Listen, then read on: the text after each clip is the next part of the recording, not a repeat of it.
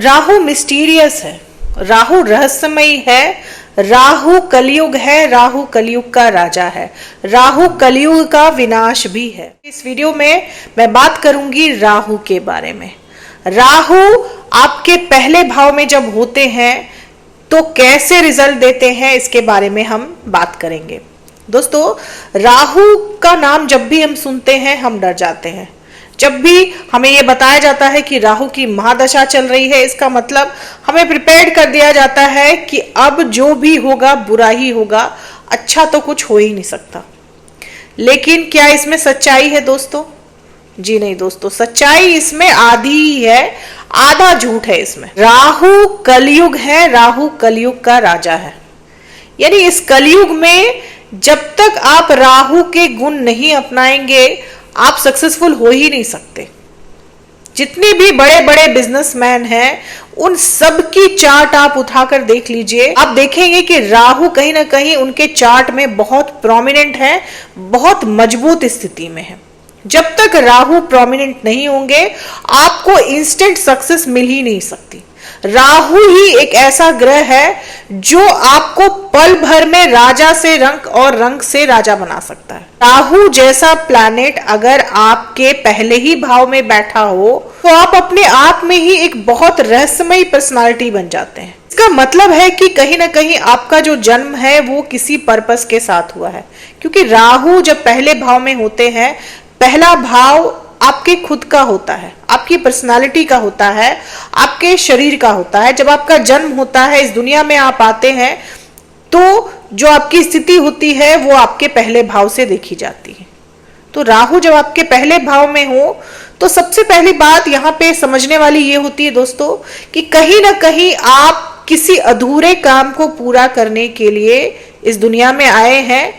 पूर्व जन्म में कुछ ऐसा अधूरा आप छोड़कर गए थे जिसे पूरा करने के लिए आपने फिर से जन्म लिया है और इस जन्म में आप उसी काम को पूरा करने के लिए आए हैं। राहु उस राक्षस का सर है जिसे भगवान विष्णु ने अपने सुदर्शन चक्र से काट दिया था जब उस राक्षस ने अमृत को पी लिया था। उसके सर का जो हिस्सा है वो राहु है और धड़ का हिस्सा केतु है। तो जाहिर सी बात है, अगर आपके पहले भाव में राहु है तो आपके 7वें भाव में केतु रहेंगे, क्योंकि राहु और केतु बिल्कुल आमने सामने होते हैं। हमेशा आप जब भी चार्ट में देखेंगे तो आप पाएंगे कि राहु के जस्ट सामने वाले घर में केतु होते हैं, क्योंकि एक सर है और दूसरा जो है वो धड़ का हिस्सा है। तो राहु पहले भाव में होते हैं तो केतु आपके 7वें भाव में होते हैं। ये दोनों ही भाव केंद्र के जो भाव होते हैं ये बहुत महत्वपूर्ण होते हैं हमारे जीवन में, बहुत ज्यादा प्रभावित करते हैं हमारे जीवन को, बहुत इंपॉर्टेंट चीजों से जुड़े हुए होते हैं। जिस वजह से राहु पहले भाव वाला व्यक्ति जो होता है जब ये जन्म लेता है तो इसके परिवार की जो स्थिति होती है वो कुछ खास अच्छी नहीं होती है। इनके परिवार की जो आर्थिक स्थिति होती है वो मध्यम हो सकती है या मध्यम से भी कम हो सकती है। लेकिन जैसे ही ये लोग जन्म लेते हैं अक्सर देखा गया है कि इनके परिवार की स्थिति धीरे धीरे सुधरना शुरू हो जाती है। लेकिन यहाँ पर भी एक क्लाउज है दोस्तों कि अगर ये राहु उच्च के हैं, यानी 3 नंबर में बैठे हुए हैं, मिथुन राशि में बैठे हुए हैं, या फिर वृषभ राशि में शुक्र की राशि में बैठे हुए हैं, या फिर कुंभ राशि में बैठे हुए हैं, इन तीनों राशि में अगर राहु बैठे हुए हैं तो आपके जन्म के साथ ही आपके परिवार की आर्थिक स्थिति जो है वो बढ़नी शुरू हो जाती है। लेकिन अगर शत्रु राशि में बैठे हुए हैं, जैसे कि मेष राशि में बैठे हुए हैं, वृश्चिक राशि में बैठे हुए हैं, तब फिर परिस्थितियां बिल्कुल ऑपोजिट हो जाती हैं, बिल्कुल विपरीत हो जाती हैं। ऐसे बच्चे के जन्म के साथ ही इनके परिवार की आर्थिक स्थिति और ज्यादा खराब होना शुरू हो जाती है। ये माता पिता को भी कष्ट रह सकता है अगर राहु नीच की राशि में है। अक्सर देखा गया है दोस्तों कि राहु अगर आपके पहले भाव में है तो सूर्य जहां भी बैठे हों, आपकी राशि या लग्न में सूर्य जहां भी बैठे हों, उस सूर्य के प्रभाव को राहु कम कर देते हैं, क्योंकि पहला भाव सूर्य का होता है। राहु जब यहाँ आते हैं तो सूर्य की तरह रिजल्ट देने लगते हैं। राहु को राजा बनना है, सूर्य राजा है, तो राहु राजा बनने के चक्कर में सूर्य को खराब कर देते हैं, सूर्य को बिगाड़ देते हैं। सूर्य कौन है दोस्तों? सूर्य पिता है, सूर्य गवर्नमेंट है, सूर्य शासन है, सूर्य डिसिप्लिन है, सूर्य सम्मान है, आपका ईगो है। तो इन सभी चीजों पर सीधा वार करते हैं राहु देव। बचपन से ही ऐसे लोगों के ईगो को हर्ट किया जाता है, इनके सम्मान को ठेस पहुंचाई जाती है, पिता से प्यार नहीं मिलता, पिता से बनती नहीं है, या फिर बहुत खराब स्थिति हो तो पिता की मृत्यु हो जाती है बचपन में ही, या फिर पिता की आर्थिक स्थिति अच्छी नहीं रहती। लेकिन अगर राहु उच्च के हैं तो पिता से भले आपकी नहीं बनेगी, लेकिन पिता की आर्थिक स्थिति आपके जन्म के बाद अच्छी हो जाएगी, पिता से आपको आर्थिक सहायता मिलती रहेगी। तो राहु जब पहले भाव में होते हैं तो अक्सर देखा जाता है कि घर में डोमेस्टिक वायलेंस का माहौल रहता है, माता पिता के बीच झगड़े बहुत ज्यादा होते हैं। जब राहु पहले भाव में हो तो अक्सर देखा गया है कि ऐसे बच्चे के घर में लड़ाई झगड़ा, खासकर माता पिता के बीच में लड़ाई झगड़ा बहुत ज्यादा रहता है, जिसका भी बहुत गहरा प्रभाव पड़ता है इस बच्चे पर, जिस वजह से बहुत नेगेटिव थॉट के साथ या फिर एग्रेशन के साथ ये बच्चा बड़ा होता है और हमेशा एक इल्यूजन में रहता है कि मैं इतना पावरफुल बन जाऊं कि मैं इस पूरी दुनिया को दबा दूं, क्योंकि कहीं ना कहीं वो अपने परिवार में उतना सम्मान नहीं पा पाता जितना वो चाहता है, और उसे सम्मान चाहिए। राहु को हर वो चीज चाहिए जो सूर्य के पास है। राहु को सूर्य के जैसा सम्मान चाहिए, राहु को सरकारी नौकरी चाहिए, सरकार में पद और प्रतिष्ठा चाहिए, राहु को लीडरशिप रोल चाहिए। तो इन सभी चीजों को पाने का ख्वाब कहीं ना कहीं राहु शुरू से ही देखता है, और अक्सर देखा गया है कि एक समय ऐसा आता है दोस्तों कि राहु वो सारी चीजें अचीव भी कर लेता है जो वो करना चाहता है, चाहे तरीका जो भी हो, चाहे जो भी तरीका अपनाना पड़े। राहु पहले भाव वाला व्यक्ति अपने जीवन में जो चाहता है उसको हासिल कर ही लेता है। राहु के उच्च या नीच के होने की परिस्थिति में समय अलग अलग हो सकता है दोस्तों। अगर राहु उच्च के हैं तो ये सक्सेस आपको 30 से पहले ही मिल जाता है, लेकिन अगर राहु नीच के हैं तो फिर आपको थोड़ा सा ज्यादा स्ट्रगल करना पड़ता है। लेकिन एक ऐसा समय आपके जीवन में आता है जब आप लाइमलाइट में आते हैं, लोग आपको देखते हैं, आपकी प्रशंसा करते हैं, आपकी तारीफ करते हैं और आप इससे खुश होते हैं, क्योंकि राहु को यही चाहिए। राहु को प्रशंसा चाहिए, राहु को लाइमलाइट में आना है, राहु को दिखना है, राहु को छुपना नहीं है, राहु को समाज में दिखना है। और जिस वजह से वो कुछ ना कुछ ऐसा अलग करता है, कुछ ऐसा बड़ा करने की सोचता है जिससे वो लाइमलाइट में आ जाए, और उम्र के एक पड़ाव में वो कुछ ना कुछ ऐसा बड़ा कर लेता है कि लोग उसकी तारीफ करने को मजबूर हो जाते हैं। लेकिन दोस्तों, चाहे जीवन में कितना भी कुछ अचीव कर ले राहु पहले भाव वाला व्यक्ति, अंदर ही अंदर वो अकेला रहता है, क्योंकि उसके अपने ही लोग उसका साथ नहीं देते। अपने भाई बहन, अपने माता पिता, अपने परिवार से ही बिल्कुल भी सहयोग नहीं मिलता है राहु पहले भाव वाले लोगों को। इस वजह से जैसे जैसे उनकी उम्र बढ़ती है वो अपने परिवार को पीछे छोड़ते जाते हैं, वो अपने आप पर फोकस करते हैं, सेल्फ सेंट्रिक हो जाते हैं और परिवार और रिश्ते नाते उनसे पीछे छूटते जाते हैं। दोस्तों, इसकी वजह ये नहीं होती कि वो स्वार्थी होते हैं या फिर वो सिर्फ अपने ही बारे में सोचते हैं, सेल्फ सेंट्रिक होते हैं। लोगों ने कहीं ना कहीं इतना दिल दुखाया होता है उनका, वो ये समझ जाते हैं कि अब मुझे अकेला ही चलना है, मेरे साथ कोई नहीं चलेगा, मुझे अब अपने साथ कोई चाहिए भी नहीं, मैं अकेला ही चलूंगा और जो मैं करना चाहता हूं वो करके ही रहूंगा। राहु पहले भाव में हो तो आपके स्वभाव में विद्रोह होता है, आप रिबेलियन होते हैं, आप वो लीडर होते हैं जो राजा को उसकी गद्दी से उतार कर खुद राजा बन जाता है। इसीलिए पॉलिटिक्स में ये लोग कमाल करते हैं। अगर ऐसे लोगों को मौका मिल जाए राजनीति में आने का तो फिर इनसे कोई भी नहीं जीत सकता। ये लोग साम दाम दंड भेद सब अपनाते हैं और अंत में राजा को कुर्सी से हटाकर खुद उस कुर्सी पर बैठी जाते हैं। तो राजनीति के लिए ये राहु बहुत अच्छे होते हैं, बहुत अच्छे माने जाते हैं। वैवाहिक जीवन के लिए पहले भाव वाले राहु जो हैं वो उतने अच्छे नहीं माने जाते, क्योंकि केतु आपके 7वें भाव में होते हैं।